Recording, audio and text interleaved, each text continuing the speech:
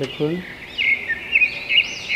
একটা পিপিলিকা কত কষ্ট করে আহার সংগ্রহ করে, তার চেয়ে তার খাদ্যদ্রব্য যে সামনে করতে তার ওজনই বেশি। তারা ভবিষ্যতের চিন্তা করে, আমরা মানুষ হয়ে ভবিষ্যতের চিন্তা করি না। দেখুন একটা পাখিটা কী কাজ করলো।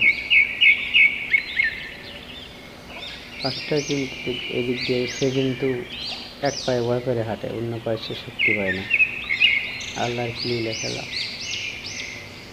এদের কাছ থেকে অনেক কিছু শিক্ষা নেওয়ার আছে,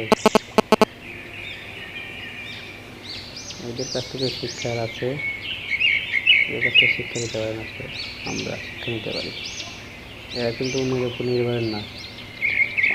পাখিটা পা নেই, এক পা ভরকে হাঁটে, তারপর সে নিজের উপর নির্ভর করে আছে।